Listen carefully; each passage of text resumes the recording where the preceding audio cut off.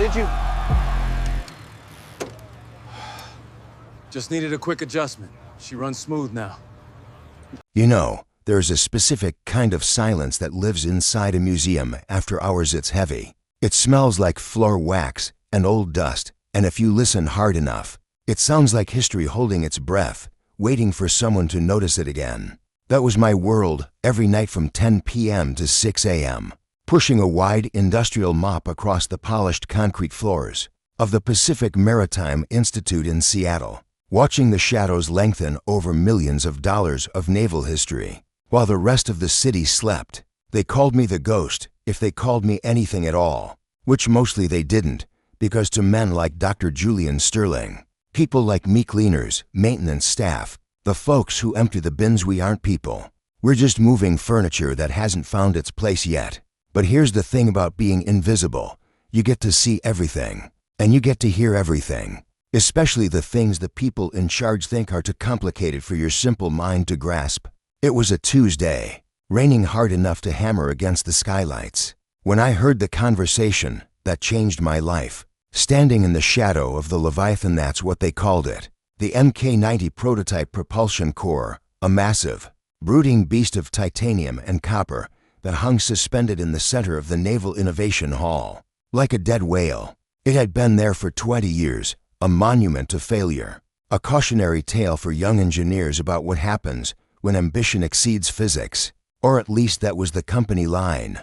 I was wringing out my mop, trying to get a scuff mark off the floor near the velvet rope, when Dr. Sterling walked in with his entourage of junior architects, his Italian leather shoes clicking on the floor like a ticking clock. Sterling was the kind of guy who wore suits that cost more than my dad made in a year, with a jawline so sharp you could cut glass on it, and an ego that took up all the oxygen in the room. "It's a paperweight, gentlemen," Sterling was saying, gesturing at the Leviathan with a manicured hand. "A billion-dollar paperweight designed by a madman who didn't understand the first thing about fluid dynamics. And frankly, I'm tired of looking at it." He laughed, a dry, hollow sound, and continued, "The board has finally approved my motion to scrap it. We're going to dismantle the core next week, strip it for the titanium, and replace it with my new ion turbine display. Something that actually represents the future, not the delusions of a disgraced mechanic." I froze, my knuckles turning white around the mop handle, because he wasn't talking about just any mechanic. He was talking about Arthur Vance, my grandfather, and that paperweight was his life's work. The machine that had supposedly killed 3 people in a testing accident 20 years ago, and sent my family into a spiral of poverty and shame that we were still drowning in.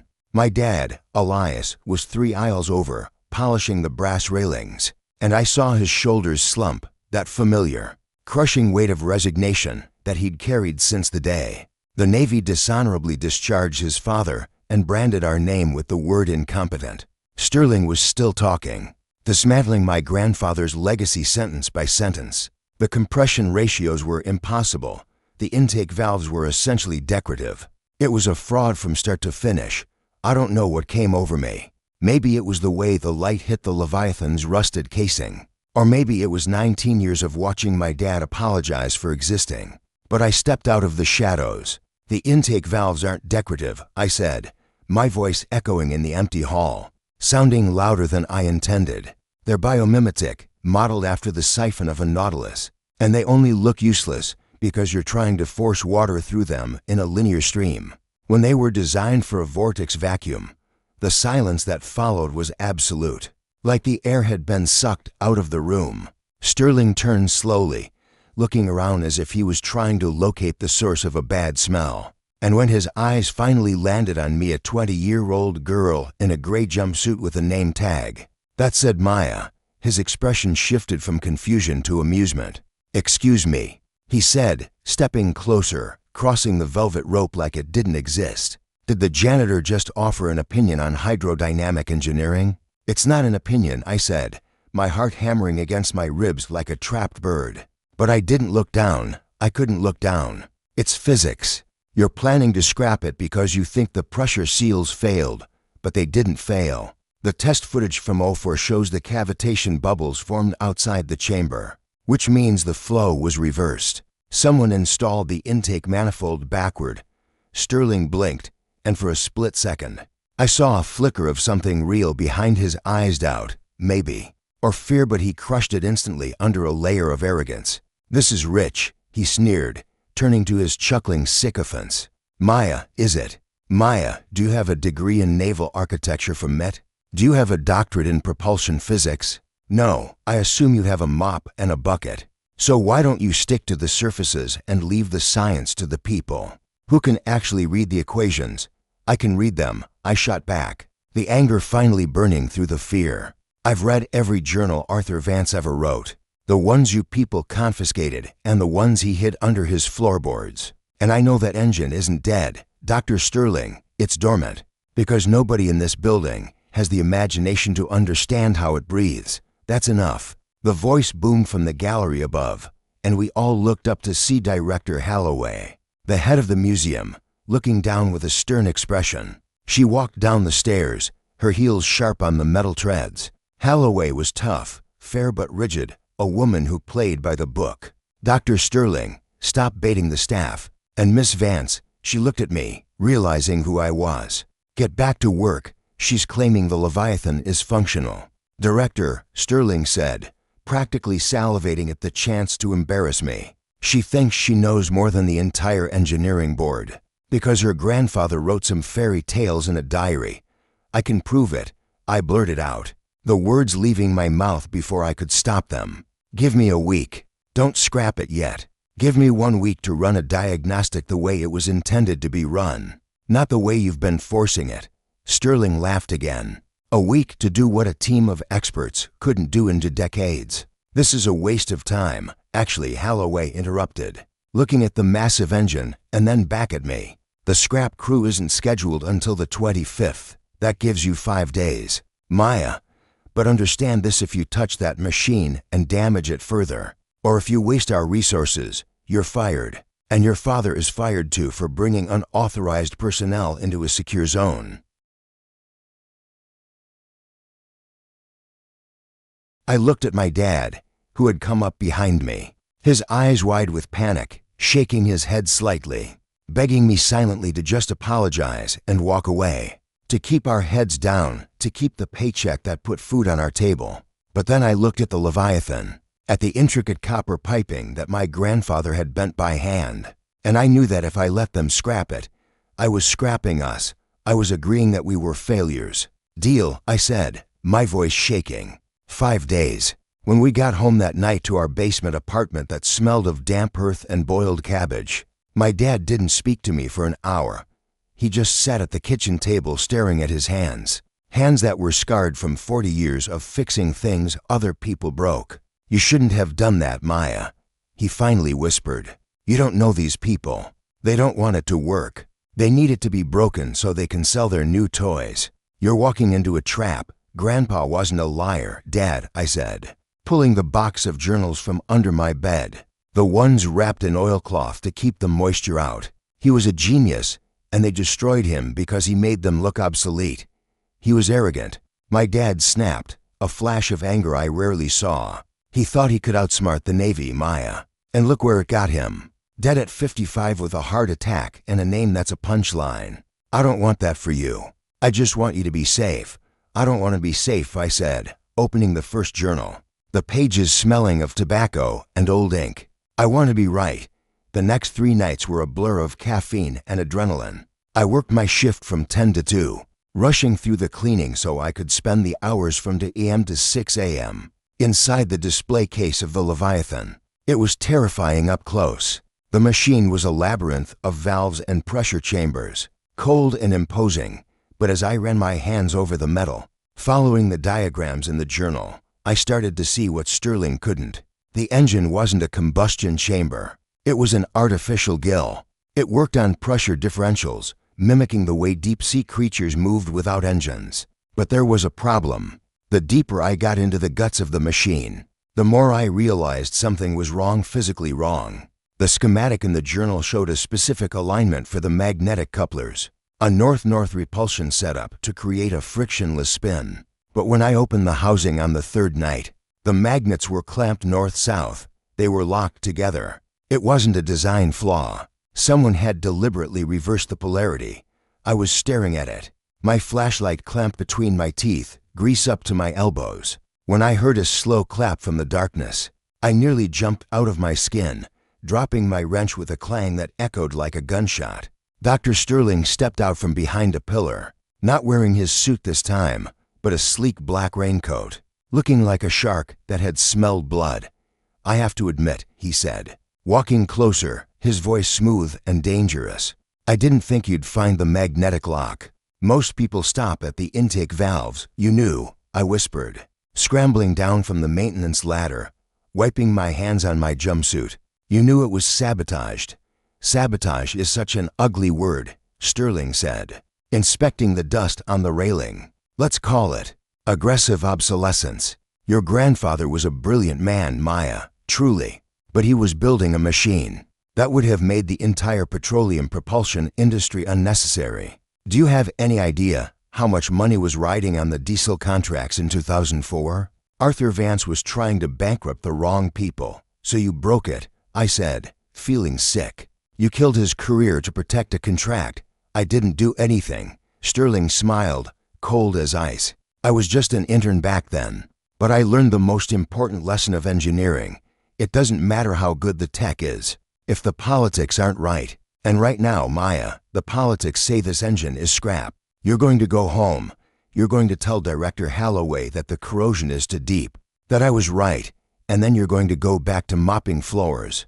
Because if you don't, if you fix those magnets, well, accidents happen in machine shops all the time. Just ask your grandfather." He turned and walked away into the darkness, leaving me shivering, not from the cold, but from the realization that I wasn't just fixing an engine anymore. I was fighting a war that had started before I was born. I wanted to run.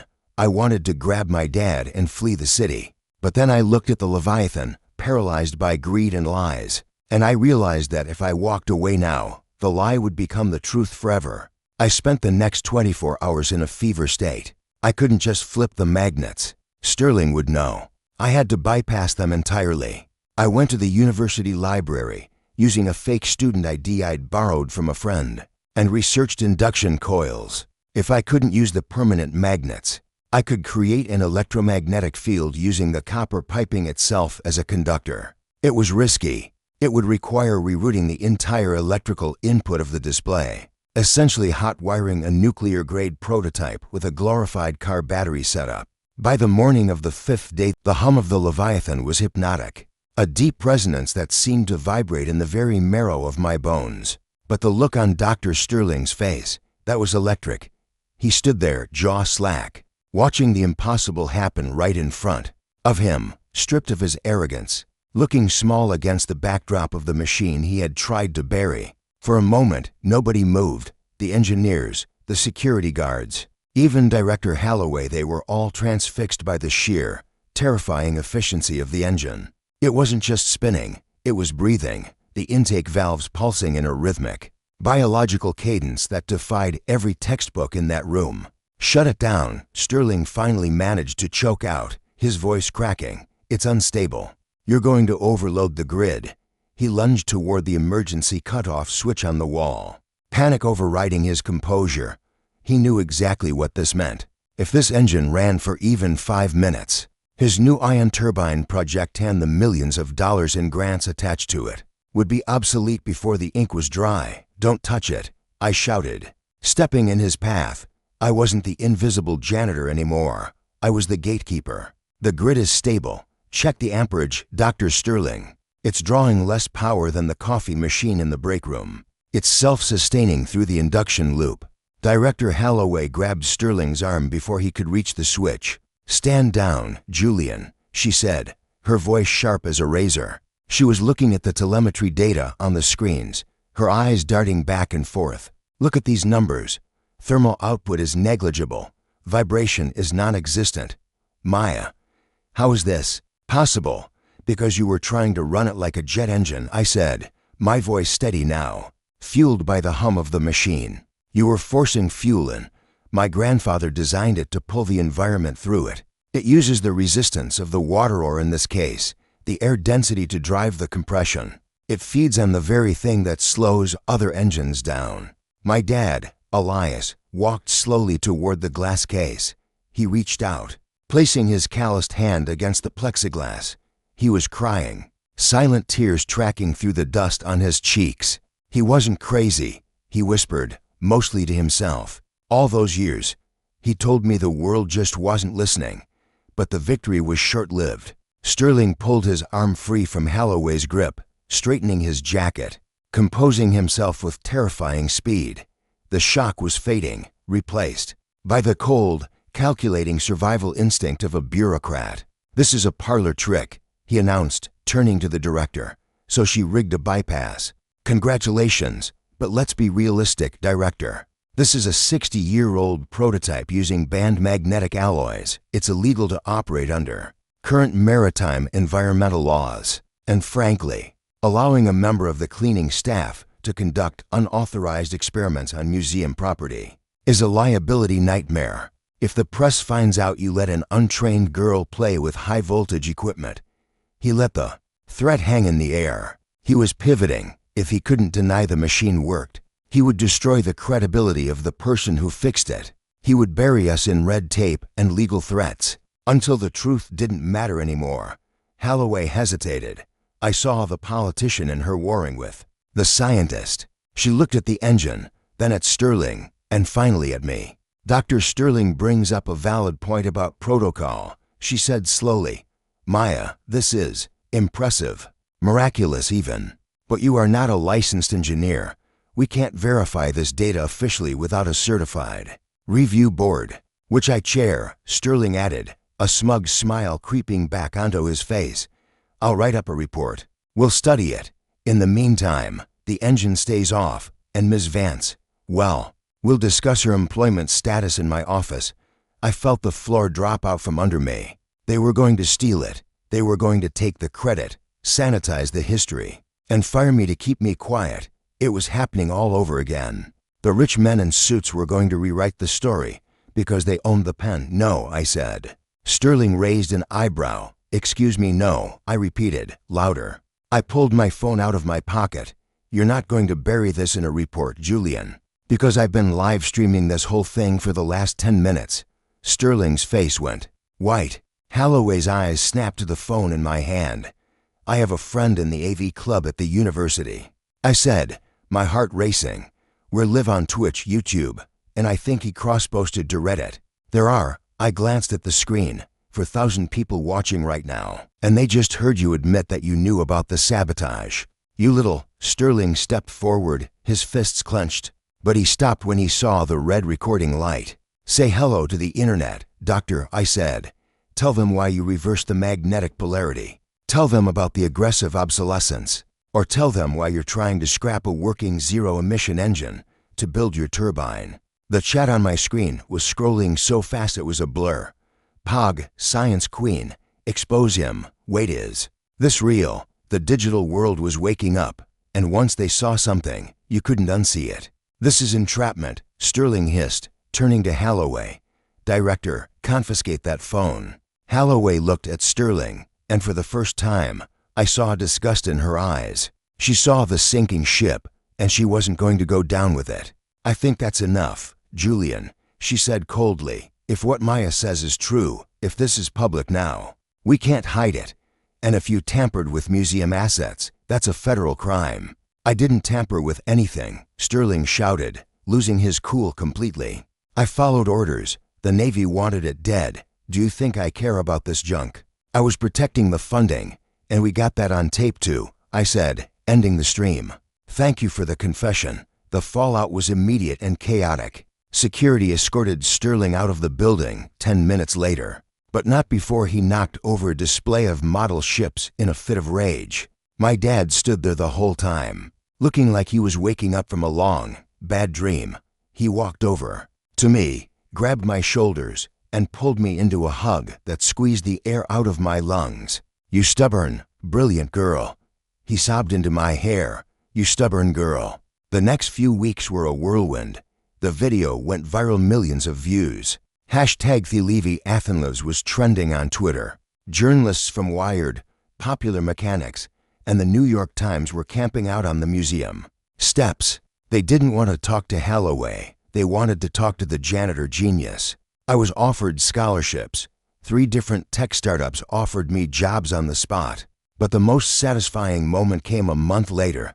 The museum reopened the exhibit, but they had changed the plaque. It no longer said the failed experiment of Arthur Vance. I stood there in my new clothes, no jumpsuit, just jeans and a blazer, watching a group of school kids press their faces against the glass. The Leviathan was spinning slowly, silently, lit by blue LEDs that made it look like it was underwater. Who fixed it? A little boy asked, pointing at the massive blades. See that name? His teacher said, pointing to the new bronze dedication plate, restored by Maya Vance, using the original designs of Arthur Vance. Was she a scientist? The boy asked. She was a cleaner, the teacher said, but she was smarter than the scientists. I smiled and turned to leave. I had a meeting with a patent lawyer and a group of investors who wanted to adapt the biodrive for oceanic cleanup drones. But as I walked toward the exit, Director Holloway called out to me. Maya, she said, looking tired but relieved, we'd like to offer you a position. Lead curator of engineering. We can waive the degree requirement considering everything. You belong here. This is your legacy. I looked around the museum.